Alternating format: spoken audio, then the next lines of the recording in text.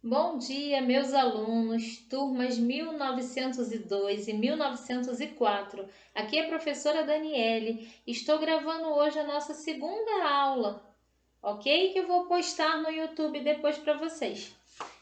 Turma, então dando continuidade, nós começamos a estudar os radicais, né? Então hoje eu vou falar sobre algumas propriedades dos radicais, vou falar sobre algumas hoje, nas próximas aulas mais algumas, ok, turma? Então vamos lá.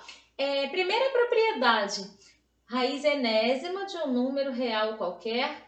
Então vamos lá. O índice daqui, lembram que o espaço que fica aqui se chama índice? O radicando é tudo que está aqui dentro. Então, ó, sempre que o índice for igual ao expoente, lembrando que o índice é sempre um número natural maior ou igual a 2, pode ser 2, 3, 4, 5, infinitamente, números naturais. Sempre, nós temos a propriedade que sempre que o índice for igual ao expoente aqui do radicando, o resultado é a base. Vamos ver uns exemplos sobre isso? Antes de mais nada, eu vou escrever isso na forma de potência de expoente fracionário. A base é A. Então, ó, quem é a fração aqui? N sobre N, algebricamente. E aí, fração, todo mundo sabe que é uma divisão, numerador dividido pelo denominador. Se eu tenho o mesmo número, o número dividido por ele mesmo é sempre igual a 1. E o número, qualquer número elevado a 1, é ele mesmo.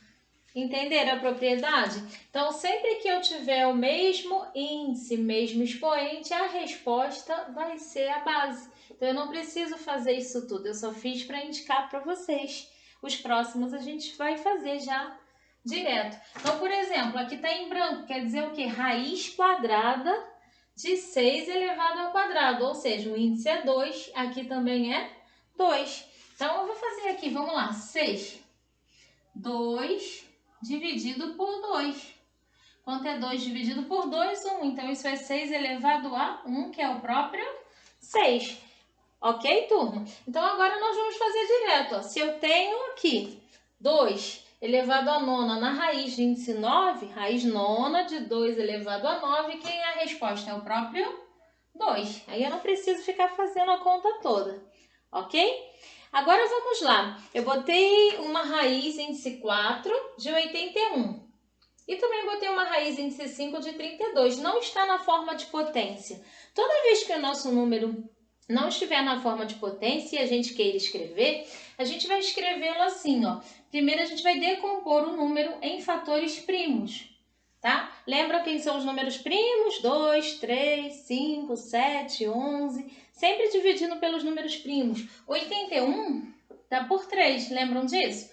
81 dividido por 3 dá 27. 27 por 3 dá 9. 9 por 3 dá 3 e 3 por 3 dá 1. Ou seja, 81 é o mesmo que 3 elevado à quarta potência. Então, eu vou substituir o 81 por 3 elevado à quarta potência. Então, ó, se eu tenho o mesmo índice, mesmo expoente, quem é a resposta? A base 3, ok? Vou fazer o mesmo com 32. 32 eu vou decompor em fatores primos. 32 por 2 dá 16. 16 por 2, 8. Por 2, 4. Por 2, 2 e por 2, 1. Ou seja, 32 é 2 elevado à quinta potência. Então, eu vou colocar aqui, ó, raiz, o índice é 5, de 2 elevado a 5. Mesmo índice, mesmo expoente, a resposta é a base. Então, são raízes exatas, ok? Podem não ser exatas também, lembrando que as raízes que não são exatas são números irracionais. Ok, turma? Vamos para a segunda propriedade. Radicais equivalentes. Quando eu digo que os radicais são equivalentes?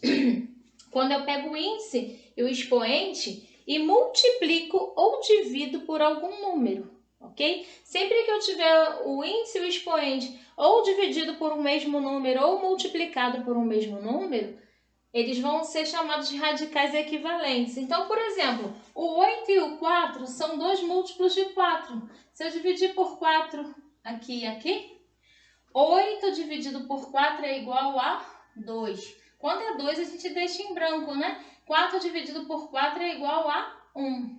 Então, vamos lá. Raiz quadrada, deixa em branco, 2 elevado a 1 dá 2. Então, esse é o mesmo que raiz quadrada de 2, que não é exato, né? Então, esse radical é equivalente a esse radical. Ok, turma? E aí eu posso fazer também multiplicando. Por exemplo, se eu quiser pegar aqui e multiplicar por 2, e eu pegar aqui e multiplicar por 2 também, o índice e o expoente, eu vou formar um radical equivalente. Aqui vai ser 3 vezes 2, 6. A base é 7. 2 vezes 2, 4. Ou seja, esse radical é equivalente a esse radical. Ok? Agora vamos para a terceira propriedade. Essa terceira propriedade vale para multiplicação e divisão. Então, olha aqui, botei algebricamente primeiro. Se eu tiver o radical de um produto, ou seja, o radical de uma multiplicação, é o mesmo que o radical do primeiro termo, né, dos fatores aqui, o primeiro fator, vezes o radical do segundo fator.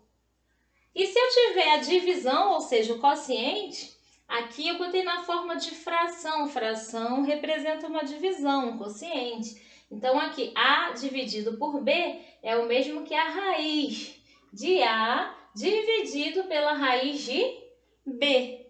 Então, vamos ver isso nos exemplos para ficar mais simples. Por exemplo, eu tenho raiz quadrada de 4 vezes a raiz quadrada de 9. Por essa propriedade, é o mesmo que raiz de 4 vezes 9.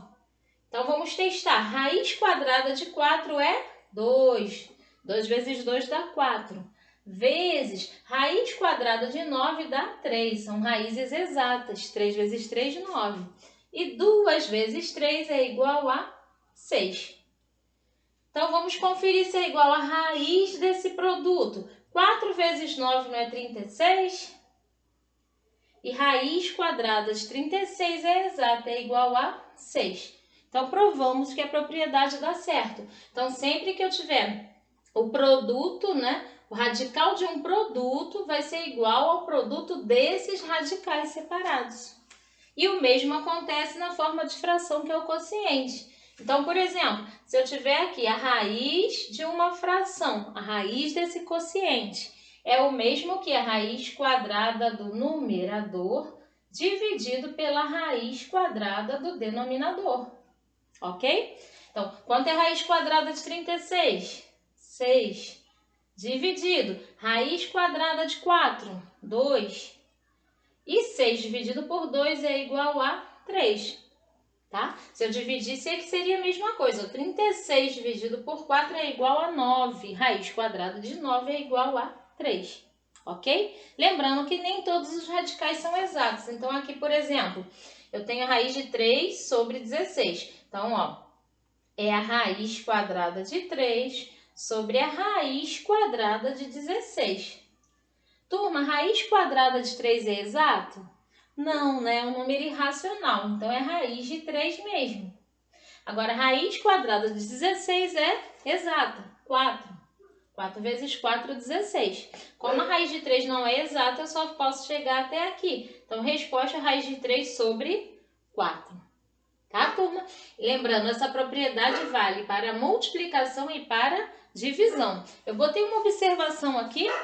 Essa observação é da soma. Essas propriedades não valem para soma, não vale para subtração, tá? Então, eu botei um exemplo. A raiz quadrada de 9 mais 16 é diferente, ou seja, não é igual a raiz de 9 mais a raiz de 16. Então, 9 mais 16 não é 25? Quanto é a raiz quadrada de 25? 5. Agora, vamos lá. Raiz de 9, 3. Raiz de 16, 4. 3 mais 4 é 7. São diferentes. O que isso quer dizer? Essa propriedade não vale para soma e nem para subtração, ok? Eu gostaria que vocês dessem uma olhada, dessem uma lida na nossa apostila que estão com vocês em casa. Página 94, 95, 96 e 97, que fala sobre essas duas primeiras aulas que nós tivemos, ok? E nós temos uns exercícios na página 96. Então, eu gostaria que vocês fizessem os exercícios da página 96, ok? Um beijo em todos e até a próxima aula!